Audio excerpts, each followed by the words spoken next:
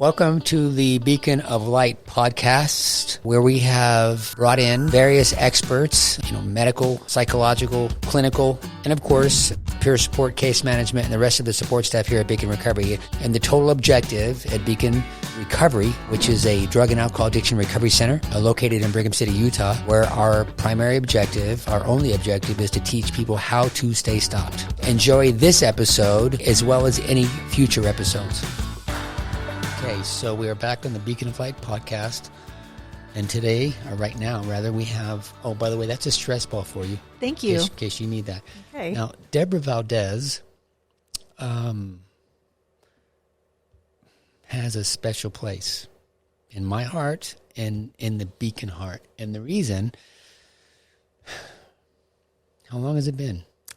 On March 8th, it'll be 4 years since I walked through your doors. So, Deborah Valdez is Beecon Recovery's first patient, and she's Beecon Recovery's first graduate. Yes. All right. Yes. So now let's go in reverse. How old are you? In exactly 1 month, I'll be 51. Yeah, so I'm 50 right now. Okay. How old were you when you started using? And what? I know what your drug of choice is, but refresh. What was your drug of choice? Meth. And I was 24 years old when I first started to use. Do you know what was going on in your life that had you want to start do that? Can you share that? I wouldn't say at the moment that there were things going on. It was more the friends that I was hanging out with. Everybody that I hung out with was mixed up in all of that. And eventually I just got mixed up in it with them. Remember Devon? Yes. Same thing. It was his older brothers. Mm-hmm. With you, it was your friends. Mm-hmm. So now your situation with meth, I don't know, you might know more. Is that unique in the sense that you were a walking, talking, functioning meth addict? How in your opinion, how common is that? I don't think that's too common. Okay. I've been doing a lot of reflecting on that just, since we've been talking about doing this podcast. And, I've really, like I said, been doing a lot of thinking. And I mean, the amount of meth that I used, and I mean, it was 23 years of use, Tony. It blows my mind. And 23 years. Yes. Is that straight? Did you have any breaks? I had 2 breaks in there. I did get in trouble, and I did get charged with a felony once. And I did a drug diversion program, which at the time, if that was your first felony, some things kind of fell into place there for you to be able to take that program. And if you completed it, then they dismissed your charges, which I did. Yes. Now, let me ask you, when you were doing that program, were you thinking about, as soon as this program is done, I'm going right back in, or did you really believe you were going to stop? I really believed that I would stop. And how long did that last? From the Weeks after I finished. So you did the program maybe a few weeks. What did the program take, a couple months? It took a year. It was a year. Snap. It was a year program. So you were clean for a year. Yes. Now, the entire time, are you thinking about, as soon as this is done, I'm diving? No, I wasn't. You were done. That's right. You were done. I was done. And it was crazy. I mean, almost the instant that I finished it, I just went right back and picked up right where I left off. I can't explain that. I don't know why. I mean, I never used in that full year. I did I had to call, you had your color, it was a drug program. Yeah. I did everything that I was supposed to do. In my mind, I did not want to live that way with a felony on my record and have to live with, job restrictions and, you know what I mean? It's funny for me. I just knew that I did not want to have that on my record. So I did what I had to do to get that gone. And then I just went right back to where I was. Now, right where I left off. Same people, like nothing. Yeah. I mean, I didn't even drive down the same streets that I went to. Like, I stayed away from every person, every house. Like, I didn't want anything to trigger me, to put me back there so I could complete that. And I did it. And then, are we talking within a day? Within maybe a week. maybe a week. Then you're driving down the same streets, and then you're going to the same people, and then they're like, "Oh, welcome back." Yeah, exactly. Hey, it's good to see you again. Yeah. And you're like, "Yeah, you got some stuff?" Yes. Kind of, right? Yes. And then I did one other time I stopped on my own. I had finally decided, there was a job that I wanted, really good job. And I did get the job. You had to work through their temporary hiring services, for at least 6 months before they would actually hire you permanently. And I really wanted that job, and I loved it, and I was good at it, and they loved me there. And I quit. I quit so that I could drug test for them, and I worked, and I knew that to get hired on permanently, I would have to take a hair follicle test. So I quit. Like I said, I had quit for, it was about 8 months. Then they decided to do the hiring process for me. And I had to go do the hair follicle test, and I didn't pass it. Because if I understand the hair follicle, whatever you've done in the length of that hair is, there's a history there. Oh, there's a history. So obviously, if I was doing drugs, my hair follicle test would be better for me versus yours because, well, you've got that length of hair. And so they had to walk me out when I didn't pass my hair follicle test. So that was an easy mark to go right back to where you were. It was like breaking your own heart is how I felt like I broke my own heart. It was devastating. And I worked so hard. And then after that, it was just like, I just went right back. It's on. Now that it was on. That was easy for you. That wasn't a hard transition. You're like, boom, let's go. Oh, yeah. It was on after that, for sure. Now, I remember you and I talking. You used to carry your toothbrush with you. My Listerine, my toothbrush, and my floss. I did. So you could do your meth and then not jack with your teeth. Yes. Right? In fact, somebody that just recently had been locked up, somebody, probably the second person that I ever used with, contacted me, they're coming to AA now, and wanted to see if I could help them try to get a job out where I work through a different company. But he just mentioned that to me. It's funny you brought that up because he just talked to me about, you're the one person that I remember, carrying your toothbrush with you so you could get high and then go floss and Listerine and, I think part of the reason why I don't look as affected by all the drug use that I did was I really tried to not only hide it very well from everybody, but tried to maintain myself, from people knowing that I was doing it. So, and that brings me to a very interesting point that you had shared with me. I don't remember when this happened. You obviously will know because you have no idea. Like with everybody that's doing these podcasts, nobody really does. And I don't know. It's just going to come to me. And what's coming to me right now is you having conversations when you were talking with your family, right? Saying, I was high, like all the time. And your family coming to you and say, whoa, hold on a sec. Remember that time at somebody's so-and-so birthday or whatever event? And you're like, yep, check. And they're like, what?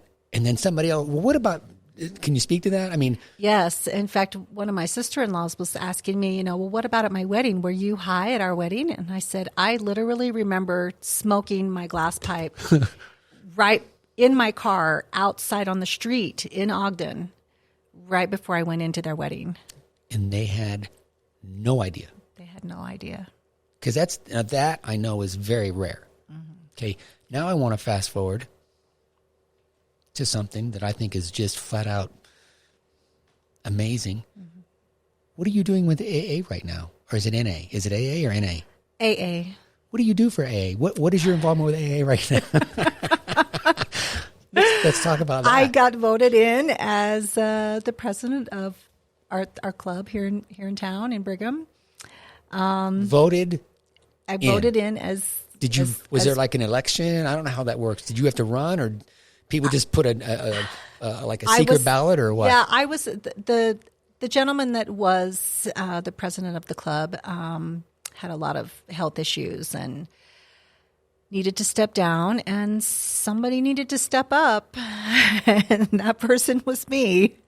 And then, of course, they have to vote. They have to vote, that they feel like you're the right fit for that. And so I was voted in as president. And now, it's been about 6 months, but I mean, I've been going to AA ever since I started to come into Beecon. My boyfriend's family grew up. He grew up going to AA as a young child. Is that Al-Anon for the childhood? Is that what that is called? Yeah. Okay. And his mom and dad were both alcoholics. Okay. And so they got me involved into going to meetings, and I've been going to meetings for almost 4 years now. And that brings me to a recurring subject that we're talking about with pretty much everybody that comes and is doing these podcasts. Could you say that by you going to these meetings with a great level of regularity that you're practicing? Because that's what I'm saying to people. Yes. Practice. Okay? Mm-hmm. Practice. We have to practice. And that's what you're doing. Yes. Okay? And you're surrounding yourself with your teammates at these meetings, right? Because you're practicing and they're practicing and we're all practicing together. I believe, and I know you're going to agree with me, that AA is from God. 100%. 100%. It's when you realize that you're in a place where you should be. It was like when I came to Beecon, I was trying to find a recovery center. I had gone into my work, told on myself and said, hey, I have a problem. I have an addiction and I need some help. And when I found you... This is 20 years into your gig? 23 years 23 years, 23 years into this gig. Yes. You're like, that's it. I'm done. I won't. But you also realized I cannot do this on my own. It was literally like a week. I had tried to not use for about a week. And it was the most horrible, just horrible. I couldn't do it. I don't know why I knew I had to have help. And literally I was working one morning and I just quit working, just went and waited for HR to get there. I think I sat in the bathroom for like an hour waiting for them to get there that morning, and went in and talked to them. And and that's when I found you. I'd been to a couple other places, but when I walked in here, I knew this is where I was supposed to be. And when I go to AA, Sundays is my favorite day to go. Just the crowd of people that are there, it's just kind of my meeting. And not your meeting because you're the president, but your meeting because it's your meeting. Yes, that's because you've been this was your meeting. Yes, this has been my meeting for a long time. And matter of fact, your meeting. When was the last time I saw you at one of those meetings? What was that for? Refresh my memory. That was a special day. Was that my 2-year? I think it was. My 2-year sobriety birthday, yes. And you attended that. And from that, you found Rick, which ended up coming into Beecon. And who is now clean as a whistle as well. As a whistle, yes. Yes. So, yes, you came to my meeting. And I've been doing those meetings, ever since I got clean. And it's having a God moment every single week, But do you think that you can have those God moments every single minute? I mean, yes. You can have those God moments with every person you come in contact with, right? Yes. Would you agree with that? Oh, I totally agree with that, yes. Which to me is like being in heaven on earth. Because you go from where you were in your addiction, which in my, because I was the same way, being in hell. In hell. If I'm going to describe what hell is like, that would be a very great depiction of what I think hell is going to be like, or would be like if I was stuck there, versus allowing the light, because that's what you did. You replaced the darkness with the light, which, by the way, is why we have Beecon. It's a beacon of light. It's safety, and I think that's what you felt. Matter of fact, I know that's what you felt. When you walked into Beecon Recovery's doors, you felt safe. This is a safe harbor for you because I loved you from the instant, just like I love everybody.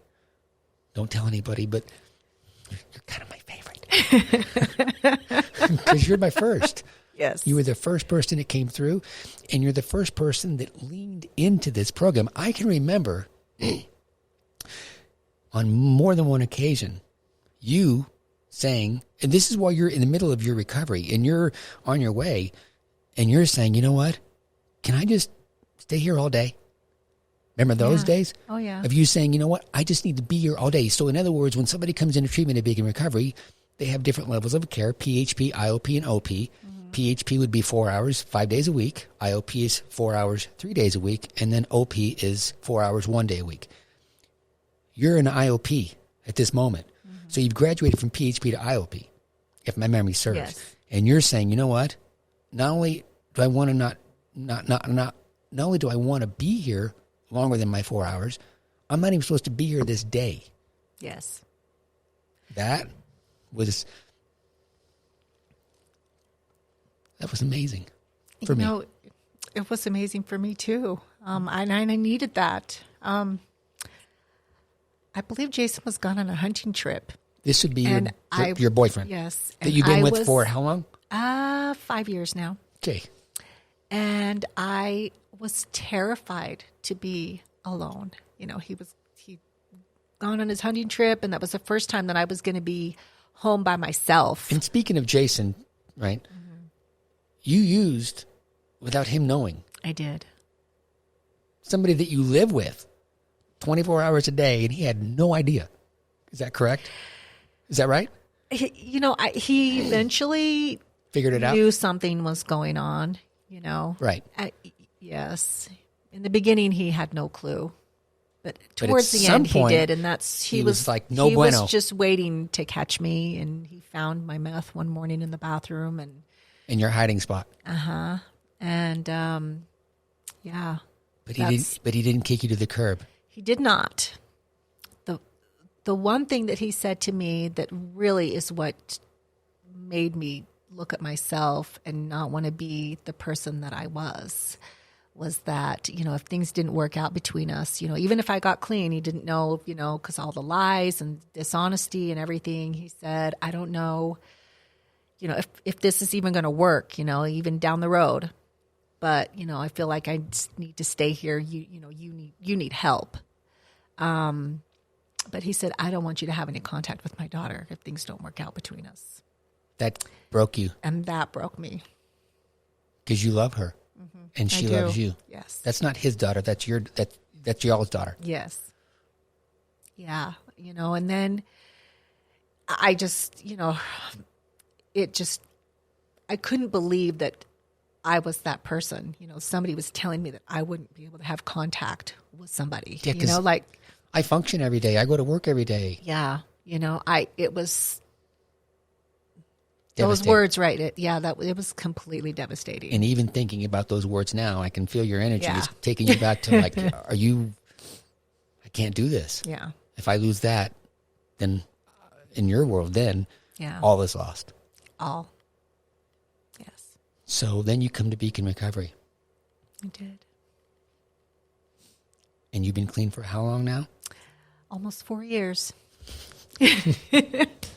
Almost 4 years. Give me a better Tony. one than that. There we go. Yes, March 8th will be 4 years. See, everybody knows their date. I don't know my date. I'm supposed to know that, and I don't. But it doesn't really matter. You know your date. And March. I like to celebrate my birthday every month. Like every month on the 8th. Jason takes me to dinner, or he brings me home cupcakes, or, a box of chocolates or something. The 8th of every month is a little celebration for me. I don't know how much you know about numbers, but there's significance in numbers, and 8 is a very good number. Is it? Mm-hmm. Yeah, it's depending on who you are and how you look at things. But so now, this thing with AA,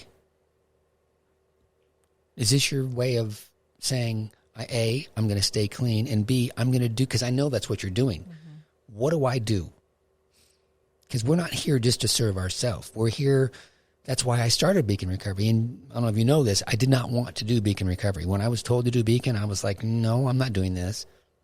And Father in heaven was like, yes, you are. And I'm like, no, I'm not. Right? This goes on for a minute. But what if we don't do what we know we're supposed to, what we're prompted to do? Mm-hmm. Where would Deborah be right now? Who knows? Who knows? Right? But where is Deborah right now? And by the way, you came to Beecon out of what you're going to call a necessity of life, right? Mm-hmm. You walk through Beecon's front doors and you instantly feel the love, okay? And that's what I say. That's what I've been saying, right? So let me ask you, you have no idea what I'm about to ask you, right? Do you love Deborah? Do I love Deborah? Is that what you said? Do you love you? Yes. Yes, I do, Tony. I know. Yes, I do. Oh, I know. Did you love Deborah? No. But did you think you loved Deborah? Or did you know all along when you were doing those drugs, that meth for 23 years? 23 years. Did you think you were loving Deborah then? No. Even then you knew? Yes. Yeah, life is... Oh, hold on a sec. Okay. Life. Okay. Are your days peachy and rosy? Are they... So you don't have hard days? Not really. No. Wow. I really don't. My days are peachy and wonderful. They just are. And why? I mean, a big part of it, I mean, maybe it's just my personality. I'm not sure. Being clean is, I mean, when you're in the middle of that, everything is so dark. You lose everything. I don't think I realized that I wasn't a happy person, and now that I see myself now and how happy I am, and just, I walk into work at 4:45 in the morning, and I'm just full of life. People are like, oh my gosh, what's wrong with this girl? Like, it's too early for this. I'm not supposed to be happy right now. Yeah. Because it's too stinking early and I'm tired. I don't know. And how long have you been at your current? In April, it'll be 5 years. So I hadn't been there quite a year when I went in and just said, hey, I've got a problem. And I think that's a beautiful thing, right? Mm-hmm. I want to give a couple plugs, right? Because your HR department, is Dawn still there? Yes. She is stellar, right? So if anybody is looking for a good place to go to work and they're in this area, the Box Elder County area, Walmart Distribution will take care of you. They didn't say to you, oh, and if I remember right, when you were getting treatment and had to be here all day, you didn't get paid what you normally would have gotten paid, but you still made enough money to survive. Mm-hmm. Is that not the case? Yeah. They still paid you while you were in treatment. What? Right? That is... Yeah. In the beginning, at the very beginning, it wasn't anything because I hadn't been there a year. I had to be there a full year before I could draw on that. So in the beginning, it was a little bit rough, but because I did the 30 days here, I had like 5 days a week. I was here all day before I went back, part time, so I could keep coming here. But they worked with me with everything, Now, what do you say to that person? Because we're making these videos right now. I have no idea when they're going to be posted. Hopefully, I'll know more. But what do you say to that person that's sitting in their home, looking at their phone, that are stuck knee deep in their addiction? What are you saying to that person right now? Oh gosh, Tony. You know, like I said, for myself, you know, knowing like, I mean, when I got caught, you know, when he found my meth, it was, I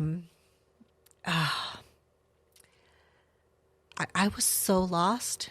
I was so far into my drugs. Like, I couldn't even go to work. Like that morning, I couldn't find my meth. I didn't realize that he had found it, you know. That's why it was gone. And yeah, that's why it was gone. I had gone to work and I was looking for it to put it wherever in my car. You know, I couldn't find it. And I was in a panic, you know, like, where the hell is it? I didn't know where it was. You didn't know that you didn't know that he'd gone through. You just thought, oh gosh, I didn't put it there. Maybe I put it over there. Oh my gosh, you know what? You know, what if his daughter finds it? What if the dog eats it? You know, like what if, you know what I mean? Like, but not only that, just not knowing where it was, you know, I mean. And not getting that fixed before you go to work. Yeah. Like I had to have it. I had to know where it was and I had to have it. I didn't even go into work. I sat outside in the parking lot, searching my car, searching my purse, trying to find it frantically, you know, and I knew Jason would be going to work like 15 minutes. He leaves for work about half hour after I do. So I waited until I knew he was gone from the house and I called into work, went back home, searched and searched and searched, and I couldn't find it anywhere. And the only solution that I knew, like, I knew he had to have found it. Like there's nowhere else that it could have been. Yeah. You know, because I had it in my hand that morning in the bathroom. I had it in the morning. Every morning I would go in the bathroom and, you know, get it ready so I could smoke on the way to work. But I just didn't have my baggie. Do your meth like other people drink a cup of coffee. Yes. No joke either. That is no joke. Yeah. I mean, that meth pipe was my passenger in my car. Every time I got in my car and I drove, I would smoke. Every time. That's just what I did. And I would make an excuse to go to the store or anywhere, you know, so I could just drive around and get high. But yeah, I finally called Jason and he was on his way to work. And I said, did you happen to find something? He's like, why are you not? I mean, I could hear his tone in his voice, like, why are you not at work? He was so mad. Yeah. And right then I knew that he had found it. I knew that he had it. And I said, well, did you find something? Like, I could not go to work without knowing where it was. And he's like, yes, now you get to work. And we'll talk about this when. This reminds me of wait till your dad gets home. Yes. You know, you're going to be in trouble. Right. Yeah. When and then, so that entire day. Oh, it was the worst day of my life. Oh, I bet you were like, oh my gosh. When I got off of work, I didn't dare go home. I called one of my brothers up and I'm like, brother, I need to come and talk to you. And I told him what had happened. Yeah. And I said, what am I going to do? You know, like, I don't even know what's going to happen when I get home. And my brother just said, there's nothing you can do. All you've done this. He's like, the only thing you can do is just be honest. Whatever he wants to know, whatever questions he asks you, the only thing you can do is be honest. But what I want to say to everybody is just, you know, you have to reach out. Like, I told Jason, like, I'll get clean. I can do this. You know what I mean? Like, I didn't want to be that person that somebody says you can't have contact with somebody, you know? But literally it was just days, you know, maybe a week after that, you know, that I couldn't function another day without getting high. I was trying to put on my best face and go to work and act like I wasn't affected by it. Oh, I was so affected by it. I had not gone to work. Straight. I hadn't started my day out for years without being high. I didn't know how to do it. I did not know how to live my life without being high. And if I wouldn't have reached out for help, I wouldn't be where I am today. You know, you have to reach out. You have to surround yourself with people, you know, that you can talk to. You know, I was so blessed, you know, to already have his family, you know, go to AA and go to meetings, and they were able to help me. And I mean, I could call his mother every single day and we talked, you know. I was able to have so many people around me to help me.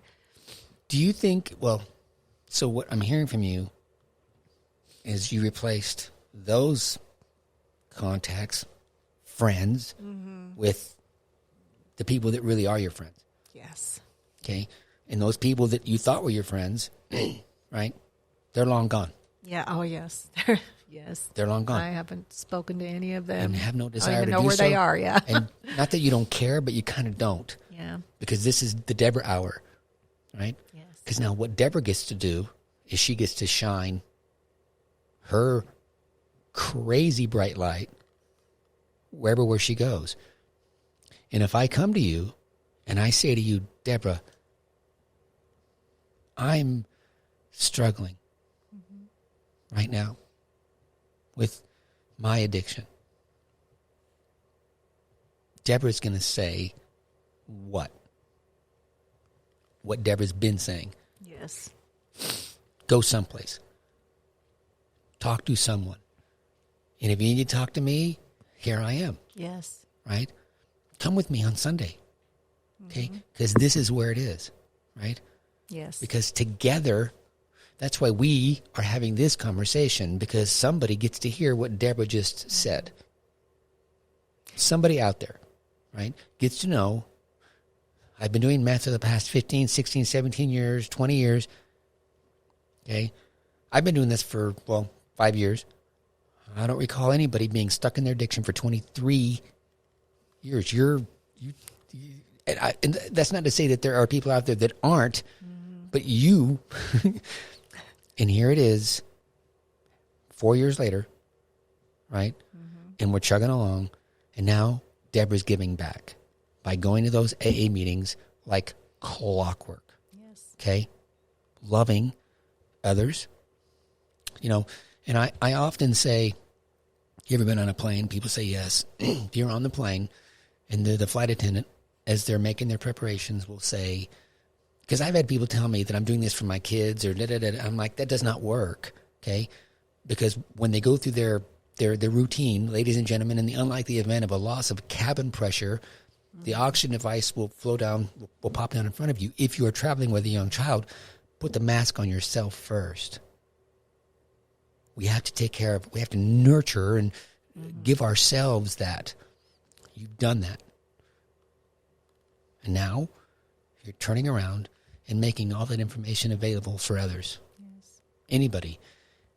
And I know that this, like with me, with you, until you take your last breath, that's what you're going to do, right? Yes. And that is spectacular, okay? The key to abundance is gratitude. What are you grateful for, Deborah? Oh gosh, Tony.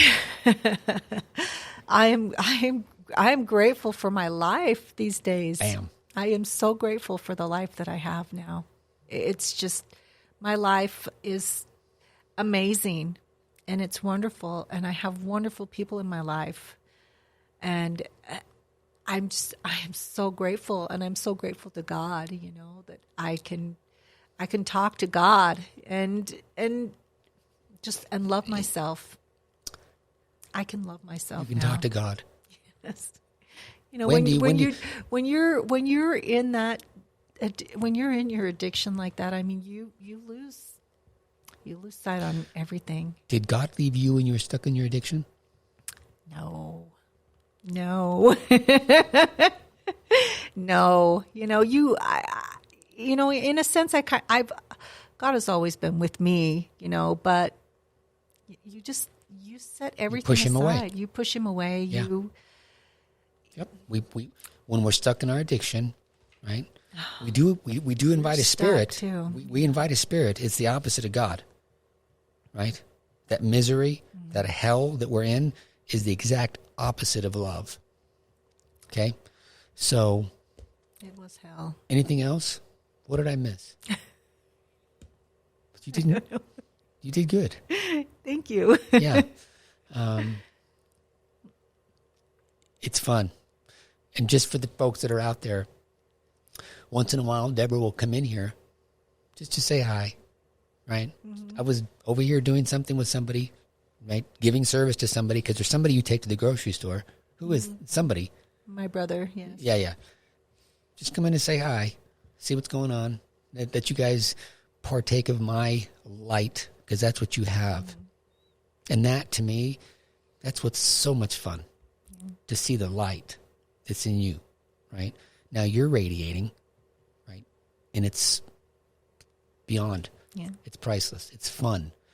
It's fun. I remember walking in here one day and somebody stood up and gave me a great big hug that was in one of your classes, and was just like, oh my gosh, like you are my inspiration. And I was just like, I couldn't even believe, I was like, who this person was. I'm like, oh my gosh, it was so good to see her, and it feels great to know that, you can help others, by them hearing your story. That's right. And you hearing theirs, and that's what's a huge part of AA is you hear other people's stories, and, you either take something away with you every single meeting, somebody talks about something that, you can relate to, and that we can all relate with each other. That's right. And it's just, some people don't have, a whole big family and a lot of support, They have Beecon. But they have that, and you also have your AA groups, that just, we're all a family there, Speaking of AA, real quick, we're almost out of time. What's the address? What is the address? For the AA meetings, and they're offering, you can contact Beecon Recovery. Okay, go to the website. We're going to actually, one of the things we're doing with our website is we're putting a list of resources, and I'd like to put the AA on there. We'll talk about that another time, where there's a link to the AA address, where if somebody goes to the Beecon Recovery, that they can go onto that as well. So, I love you, Deborah Valdez. Thank you, Tony. I love you too. Thank you for being you. So, thanks again for tuning in to this episode. We look forward to you liking, subscribing, and sharing all of these podcasts with any of your friends, family, or anyone else that you can think of that will benefit from learning what we have shown in these podcasts to ultimately teach people how to stay stopped. Thanks again.